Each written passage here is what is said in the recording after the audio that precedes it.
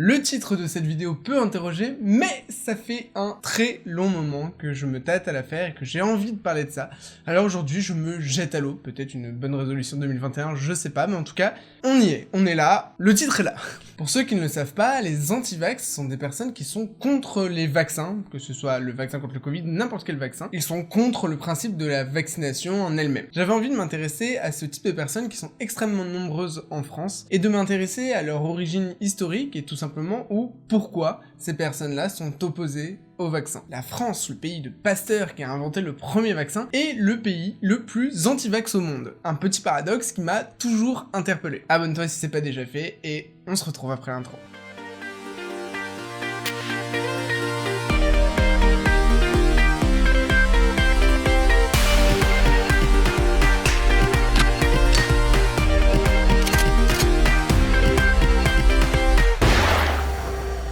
On va faire un petit rappel sur l'histoire du vaccin avant d'aller plus loin. La notion d'immunité après exposition à des germes microbiens remonte à des centaines et des centaines d'années, jusqu'à l'Antiquité pour être précis. Mais la notion de vaccin au sens propre du terme date de la fin du XVIIIe siècle. C'est à cette époque qu'un médecin anglais appelé Edward Jenner découvre une maladie bénigne pour les vaches, la vaccine. Et il se trouve que le microbe de la vaccine ressemble énormément au virus de la variole. Jenner constate que les fermiers, qui sont constamment exposés à la vaccine du fait de leur promiscuité avec les vaches, ne contractent pas la variole lors des épidémies. Jenner va alors faire des petits tests qui ne seront pas forcément homologués à l'heure actuelle, c'est-à-dire qu'il va exposer volontairement des citadins à la vaccine, en leur faisant même des petites incisions dans la peau, et va ensuite les exposer à la variole, ça fait beaucoup de choses quand même, pour voir si jamais, tout simplement, ils sont immunisés grâce à leur exposition précédente à la vaccine. Et Eureka, les cobayes ne contractent pas la variole. C'est en 1885 que Louis Pasteur vaccine le premier homme avec un virus atténué contre la rage. Mais bien avant ça, Pasteur énonçait déjà les bases fondamentales du vaccin telles qu'elles sont toujours à l'heure actuelle. Le but du vaccin est d'inoculer des virus affaiblis ayant le caractère de ne jamais tuer,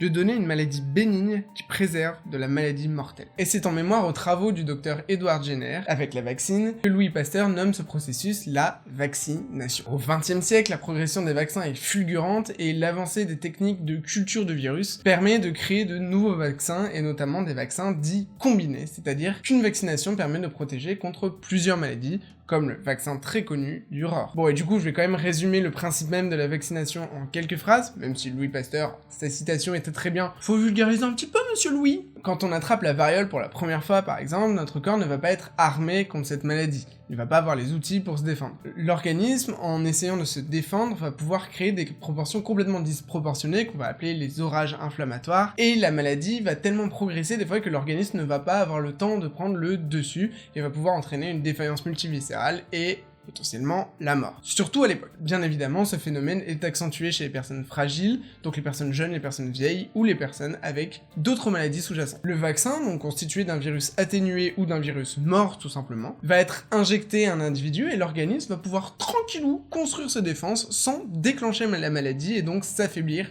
avec un syndrome inflammatoire par exemple. L'organisme va créer des défenses et les stocker, les mémoriser pour plus tard se protéger si jamais l'organisme est effectivement exposé à cette maladie. Par exemple, dans le cas de la variole, une personne qui est vaccinée ne va pas tomber malade face à la variole parce qu'elle aura déjà les défenses prêtes pour dézinguer le virus dès le début. Dézinguer, très scientifique. Louis Pasteur, il aura adoré. C'est le principe de la vaccination. C'est extrêmement simplifié, mon pote Louis a fait une vidéo très complète sur l'immunité, je vous invite à aller la voir, elle s'affiche juste en haut. Bon, mais la question qui nous intéresse vraiment dans cette vidéo, c'est pourquoi y a-t-il des personnes qui sont opposées à la vaccination? Parce que là, du peu qu'on a dit, il n'y a pas besoin d'avoir fait des grosses études scientifiques pour comprendre l'intérêt de la vaccination. Et cette opposition, en fait, elle est née quasiment en même temps que la création du vaccin, au moment où le gouvernement tente pour la première fois de rendre le vaccin contre la variole obligatoire. À cette époque, des patrons refusent même l'accès au chantier à des ouvriers qui ne sont pas vaccinés. Mais alors pourquoi cette opposition à la vaccination contre la variole qui à l'époque fait des centaines voire des milliers de morts et qu'en plus on est très loin des techniques médicales qu'on a à l'heure actuelle? Donc très clairement, une personne fragile qui contracte la variole, elle a 100% de chance de décéder, plus ou moins. Et se pose tout de suite la question du pouvoir de l'État. La lutte contre le vaccin est avant tout une lutte contre le gouvernement qui tente pour la première fois d'imposer quelque chose sur l'organisme des individus. C'est la première fois qu'un médicament est obligatoire. Lorsque l'Institut Pasteur est créé en 1888, les antivax de l'époque le voient déjà comme une usine à virus construite uniquement dans le but d'ensuite créer des vaccins pour les vendre très cher, et donc se faire un max de moula. Oui, et pourtant, Big Pharma n'existe même pas encore à l'époque. D'ailleurs, la méfiance contre Pasteur en lui-même est importante puisque Louis Pasteur n'est pas médecin mais chimiste. Il est même surnommé le chimiste financier par les sceptiques du vaccin. Donc on sent déjà à l'époque l'argument du profit pour les laboratoires, conspiration d'État, etc. Mais au début, ces protestations, ça va.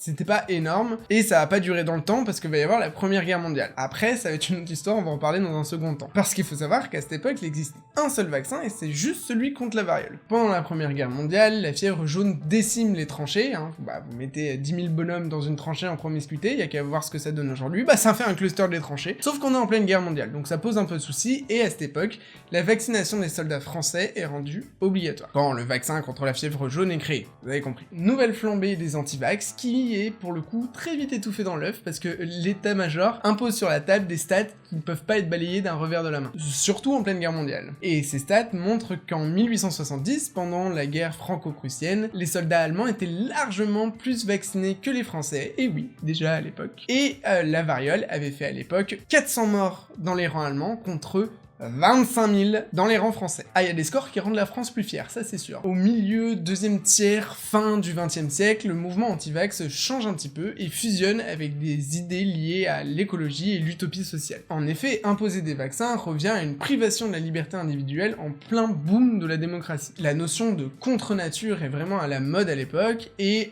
tout ce qui est technique artificielle est vu comme toxique, puisque seul le naturel est profitable à l'humain. En tout cas, c'est vraiment le mouvement de pensée de l'époque, qu'on retrouve toujours un peu aujourd'hui. Ce qui ne veut pas dire que les méthodes naturelles ne marchent pas, mais dans le cas du vaccin, on va voir par la suite. En tout cas, à l'époque, c'est un peu l'idée du marche ou crève, et on considère que la maladie va faire grandir l'enfant, et si jamais l'enfant décède, c'est pas grave, la race continuera à avancer. C'est vraiment l'idée de l'époque.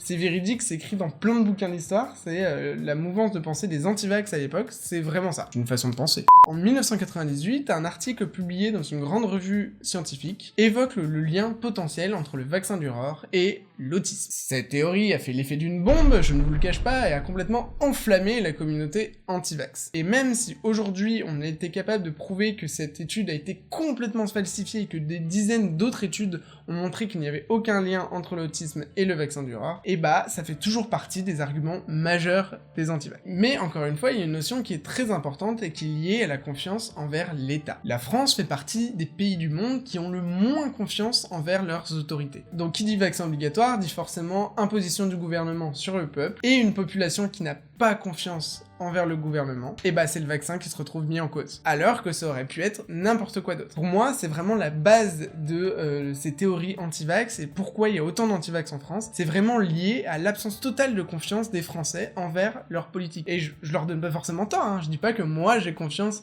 envers la politique, moi j'ai confiance envers la science, c'est différent. Mais pour des personnes qui ne sont pas scientifiques, ils vont devoir se fier uniquement au gouvernement qui effectivement impose quelque chose. Vous voyez un petit peu la complexitude de la chose. Et il suffit de voir le vaccin contre la Covid-19 au XXIe siècle, qui est l'illustration parfaite de l'activité anti-vax de nos jours. D'ailleurs, j'ai fait une vidéo pour expliquer le principe du vaccin ARN qui est dispo juste là si vous voulez aller voir. Et jusqu'ici, vous l'aurez remarqué, il n'y a pas vraiment d'argument scientifique du côté des anti-vax, c'est vraiment purement politique, social, etc. Avec les anti-vax, on assiste à un magnifique biais cognitif, le biais de confirmation. Notre cerveau, et ça c'est valable pour absolument tout le monde, moi y compris, a toujours tendance à mémoriser plus facilement les informations qui vont dans le sens de nos croyances que les informations qui y sont opposées. Par exemple, si on a été élevé dans un milieu où il y a plein d'anti-vax dans notre famille ou dans notre entourage, ou si tout simplement il y a eu des raisons dans la famille qui font qu'on est opposé à des laboratoires, opposé à des scientifiques, s'il y a eu des erreurs médicales, ce genre de choses,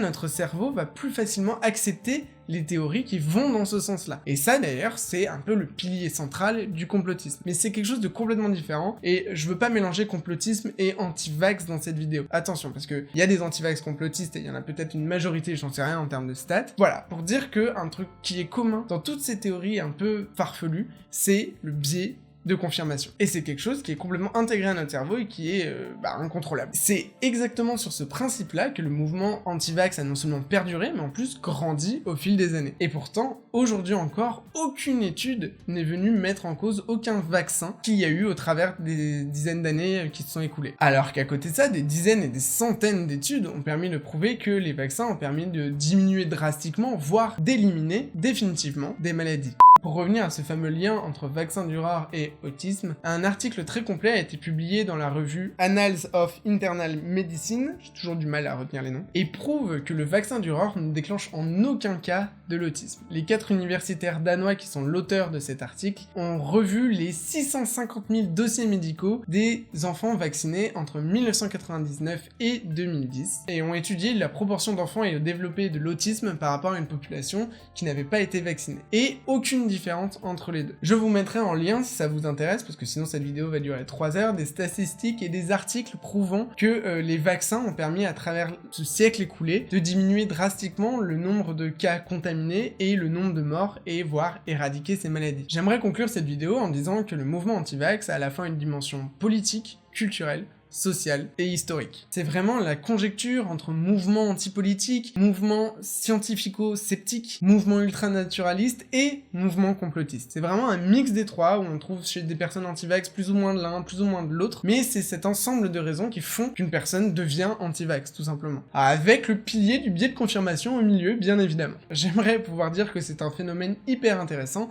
s'il n'était pas aussi dangereux au 21e siècle. Les fake meds pullulent sur les réseaux et on l'a bien vu, on le voit toujours à l'heure actuelle, pendant l'épidémie de la Covid-19. Sauf que ce genre de mouvement sème le doute et freine la vaccination. Et ce frein à la vaccination, il n'y a qu'à voir la recrudescence de la rougeole, qui est une maladie qui aurait pu être complètement éradiquée de la surface de la planète s'il n'y avait pas eu des personnes contre le vaccin, contre la rougeole. C'est important de savoir pourquoi ce mouvement existe aussi. J'ai appris plein de choses en faisant mes recherches, je ne savais pas que ça remontait aussi loin, j'ai aussi mieux compris pourquoi ce mouvement pouvait exister. Il y a des personnes dont ce n'est pas leur faute si elles sont anti-vax. Encore une fois, moi-même je n'insulte pas ces personnes, c'est pour ça que je demande à ce qu'on reste toujours respectueux dans le sens inverse.